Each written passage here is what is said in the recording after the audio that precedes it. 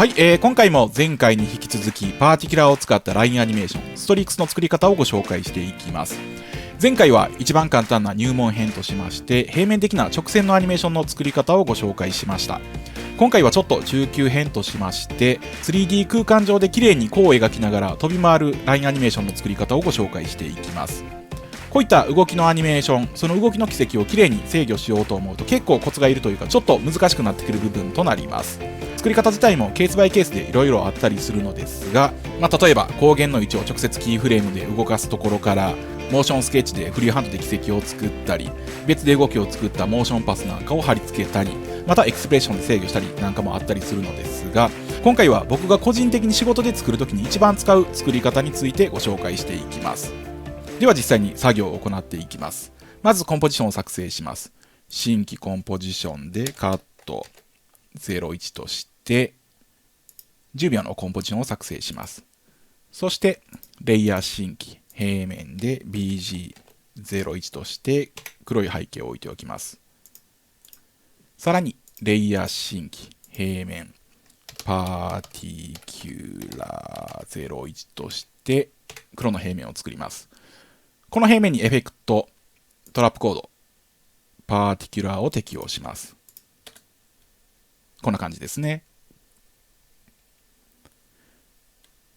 では今回のこのパーティキュラーを動かしていく設定なのですが、このパーティクルの発生源光源をライトに設定してそのライトをヌルで動かすという手順で行っていきます。レイヤー新規ライトポイントライトを作成します。 OK。 そしてパーティキュラーからパーティキュラーエミッターのエミッタータイプポイントからライツに変更します。そしてライトネーミングエミッターですね、これをコントロール C でコピーします。そしてポイントライトの名前をコントロール V で先ほどのエミッターに変更します。するとこのパーティクルの発生源ライトを1で動かすとこんな感じですね。ライトからパーティクルが発生するようになりました。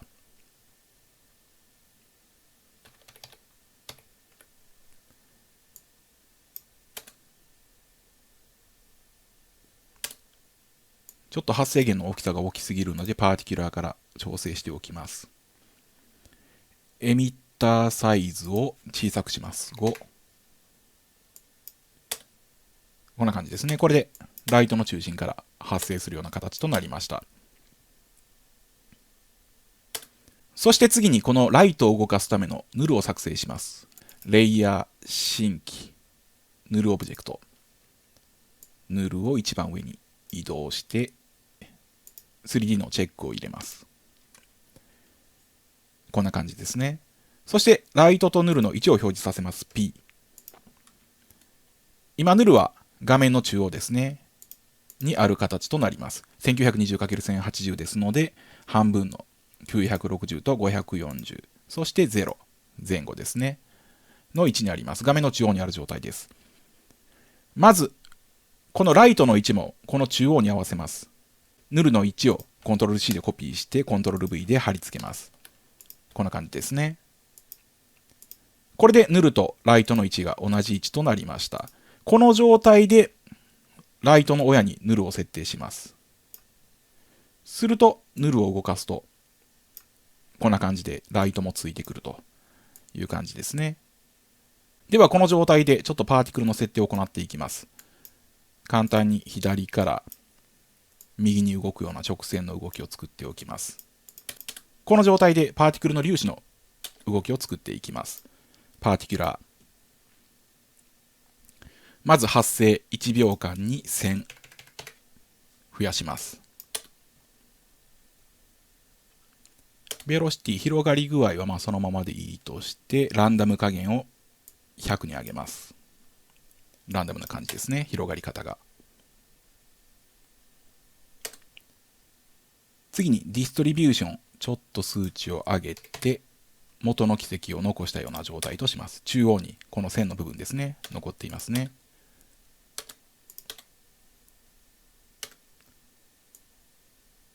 そして、ベロシティフロムモーションはそのままで良さそうですね。この右に流れていく勢いのまま広がっていく感じですね。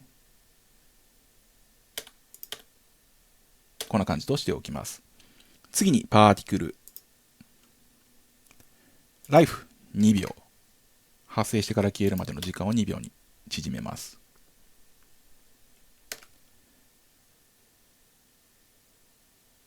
次に、サイズオーバーライフ。発生してから消えるまでの大きさは、こう、小さくなるように。発生した時が一番大きく、消える時には小さくなっていくと。これで滑らかに消えていくようになります。さらに、オパシティオーバーライフ。不透明度ですね。これをランダムにしていきます。キラキラする感じですね。ちょっとギラギラしすぎているので、少しスムーズをかけておきます。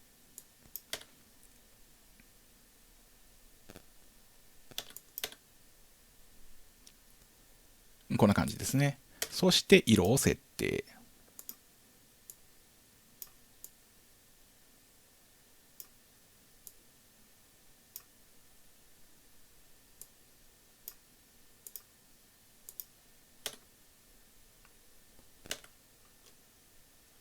ブレンドモードはアド加算にしておきます。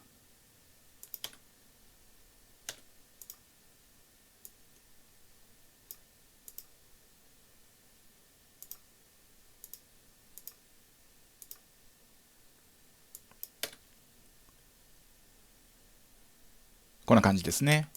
これはベーシックなパーティクルの設定としておきます。ではここから動きを作っていきます。まず、初期位置に戻しておきます。960、540ですね。まず中央にある状態。例えば、まず上に設定します。キーフレームを打って時間を進めて下に降りてくるような形ですね。こうすると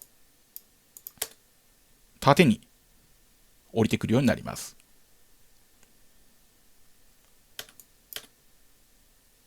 次に塗るシフトを押しながら A を押してアンカーポイントも表示させます。そしてアンカーポイントにキーフレームを打って時間を進めます。アンカーポイントを横にずらしていきます。すると塗るからライトが離れていくようになります。そうすると今度はこう離れていく距離の分だけ斜めに動いていくようになります。さらにこの状態でシフトを押しながら R で回転も表示させます。例えば Y 回転、キーフレームを打って時間を進めます。そしてぐっと回転をかけていきます。すると、こんな感じですね。渦を巻いて 3D 空間をこう描きながら降りてくるようになります。こんな感じでヌルを使って軌道を描くことができます。情報を整理すると、まず1で上から下に降りてくると。そして次にアンカーポイントを動かした分だけ、ライトがヌルから離れていくことによって、半径になると。このアンカーポイントを移動した分だけがこの弧を描く半径になるといった感じですね。そしてこの中央軸で回転することによって、この半径に沿って回転していくような形となります。上から見ると分かりやすいのですが、トップビューに切り替えると、こんな感じですね。中央から始まったものが、このアンカーポイントで半径分離れていっているというのが分かります。こんな感じですね。この手法できれいに軌道を作っていくことができます。アクティブカメラに戻します。例えば、さらに続けて動きを作っていきます。一つ目の動きがここまで来たときに、次に Y 回転なんかも加えていきます。Y 回転をぐるっと設定すると、こんな感じで動きの方向が変わります。この状態で位置も右に移動すると、こんな感じですね。上から下がってきたものが今度右回転になって移動していくと。こういった形でこのアンカーポイント1回転を組み合わせて軌道を作っていきます。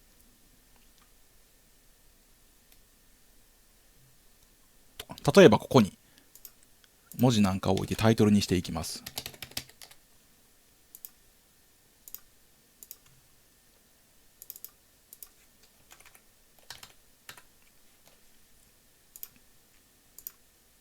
こんな感じですね。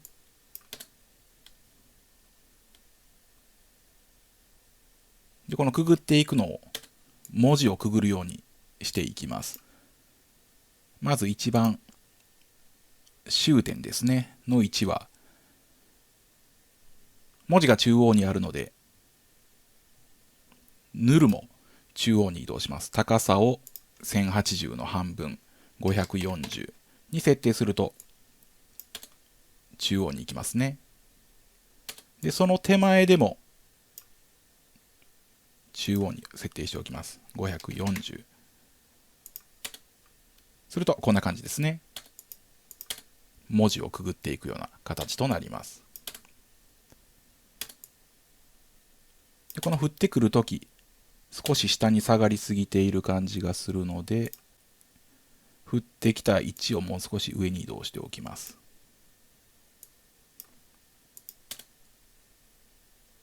こんな感じですね。もっと上でもいいですね。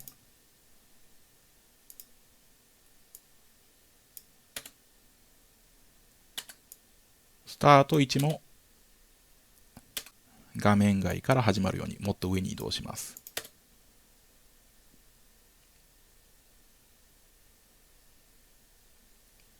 こんな感じですね。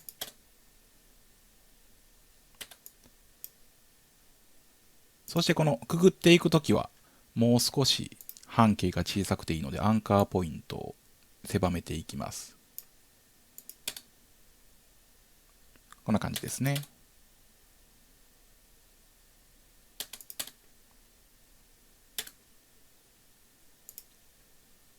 くぐる位置のスタート位置はもう少し左に移動。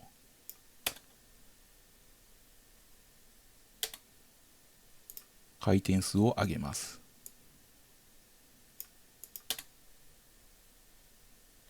いい感じですね。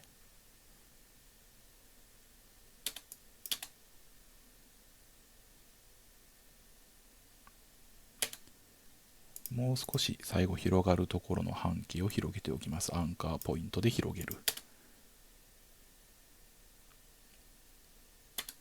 こんな感じとなります。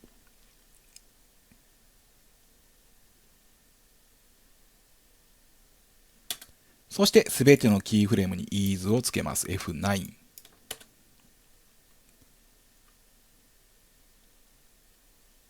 柔らかい感じですね。そしてこの動きが切り替わる瞬間ですね。一つ目の軌道から二つ目の軌道に入れ替わるとき、今、パキッと動きが変わる感じなのですが、急に動きが変わる感じなのですが、この一つ目の動きが終わる前に二つ目の動きを少し前のめりで持ってきます。すると、こんな感じで自然な感じで切り替わることができます。こんな感じで起動アニメーションを作ることができました。ではここからこれをタイトルのアニメーションに作り上げていきます。まず、このテキストですね。これをレイヤー、プリコンポーズします。テキスト01としてプリコンポーズしました。このプリコンポーズしたテキストを 3D レイヤーにします。すると、こんな感じですね。光の影響を受けるので、チカチカしているのですが、今回はこのチカチカは使いませんので、マテリアルオプション、ライトを受けるをオフにします。こんな感じですね。そして今、このテキストをまたぐようなアニメーションになっているのですが、前後感がない形となっていますので、まずパーティキュラーを上に移動して、パーティキュラーワールドトランスフォームからビジビリティ、オブスキュレーションレイヤーからテキストを設定します。すると、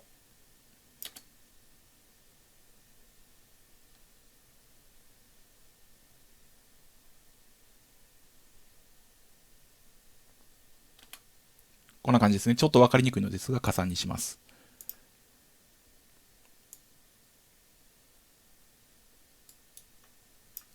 この時は今、前をくぐっています。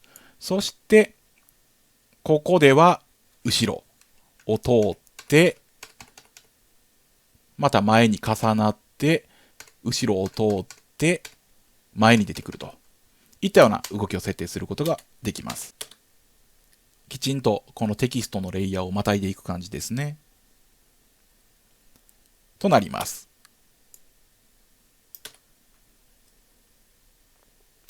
続けてお約束のオプティカルフレアーズを設定していきます。レイヤー新規平面でオプト01としてエフェクトビデオコパイロットオプティカルフレアーズを適用します。描画モードは加算。こんな感じですね。そしてソースタイプトラックライツに設定します。すると自動的にライトに追従して動いていく形となります。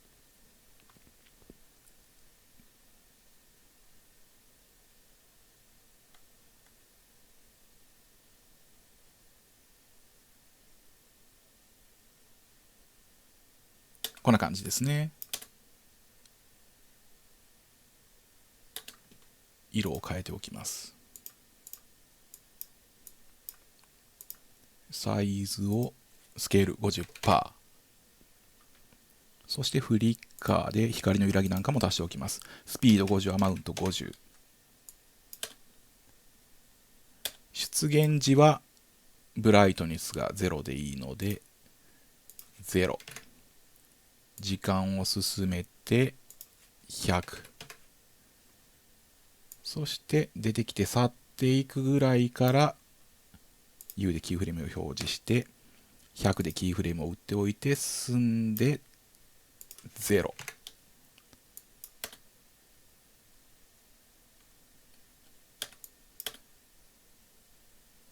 もう少しゆっくりでもいいですね。後ろに移動して滑らかにします。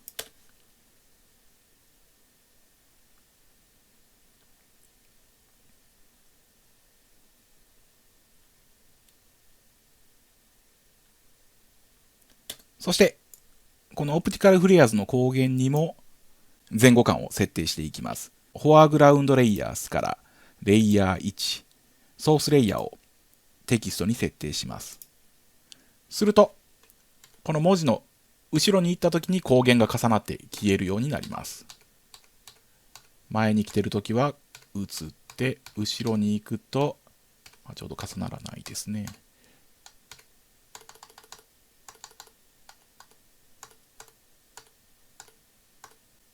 こんな感じですね。重なった時は光源が映らなくなると。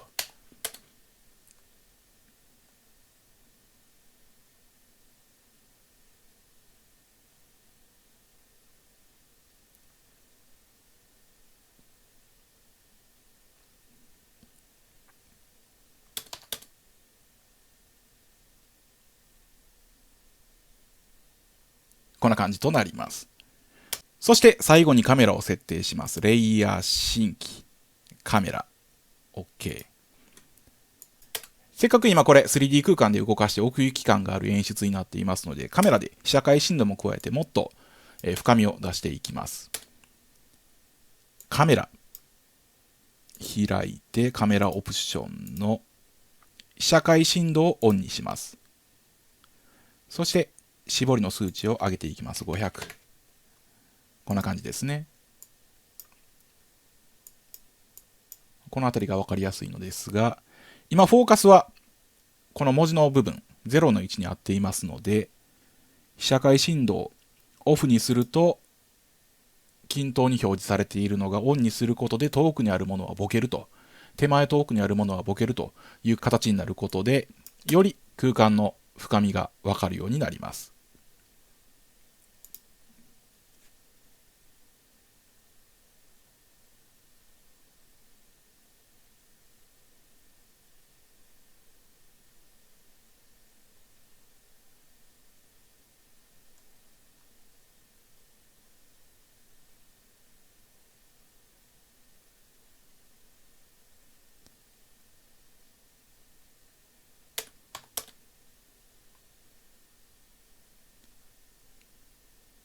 こんな感じですね。これで完成です。こんな感じでパーティクルのラインアニメーションを思い通りに綺麗な軌跡で描くことができます。この作り方もちょっとコツがいるといえばいるのですが、塗る一つでこれだけの動きを制御していますので作りやすいのと、あと軌道の微調整なんかも割とやりやすい作り方になっていて、かなりおすすめの作り方だと思っていますので、ぜひ一度試してみてください。今回は以上です。またお会いしましょう。